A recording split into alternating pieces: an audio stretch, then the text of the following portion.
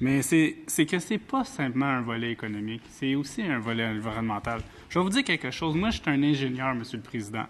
J'ai étudié en génie mécanique à l'université, l'École de technologie supérieure à Montréal. Et puis, dans le cadre des cours que l'on doit suivre, il y a un cours obligatoire que tous les ingénieurs suivent, et c'est le cours TIN 501, qui s'intitule « Environnement, technologie et société ». Et puis, ces 3 lignes, je vais faire la description du cours, là. Ça nous dit, dans ce cours-là, on réfléchit sur les perspectives sociales et environnementales des technologies. Bien, c'est ça, le projet de loi.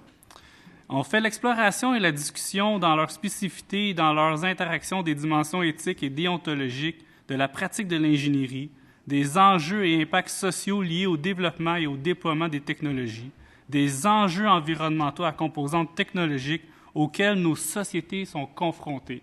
Et de plus, dans le cadre de ce cours, nous faisons aussi des séances de laboratoire portant entre autres sur des études de cas relatives aux notions vues dans les cours.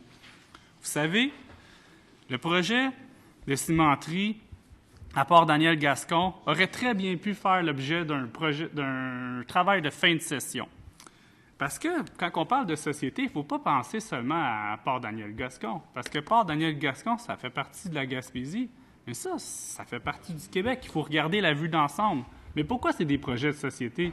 C'est en cause qu'il y a aussi, il faut considérer là, qu'on va utiliser le coke du pétrole. Et puis ça vient de l'Alberta par le transport du pétrole par pipeline.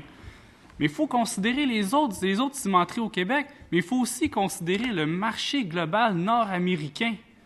Mais il ne faut pas juste considérer ça, il faut considérer qu'on veut faire du transport maritime. Donc, il faut considérer l'impact de toutes nos sociétés. Et puis, pourquoi que c'est important? Moi, je vous dis, si j'avais eu à faire mon travail de fin de session, puis que j'aurais remis au professeur que mon étude du dossier me mène à la conclusion que je dois présenter le projet de loi numéro 37 pour que le projet voie le jour, mon objectif, c'est de faire en sorte qu'il n'y aura pas de BAP. Mais pourtant, dans le cours de TIN 501, on apprend de long en large à quoi ça sert un BAP. OK? Alors là, moi, je m'en irais dire à mon professeur, mais non, on va se soustraire au BAP. Et en plus, on ne va pas consulter aucun groupe. Bien, savez-vous quoi, Monsieur le Président? J'aurais coulé mon cours. C'est bien évident. Là. Mon professeur il aurait été très déçu de moi.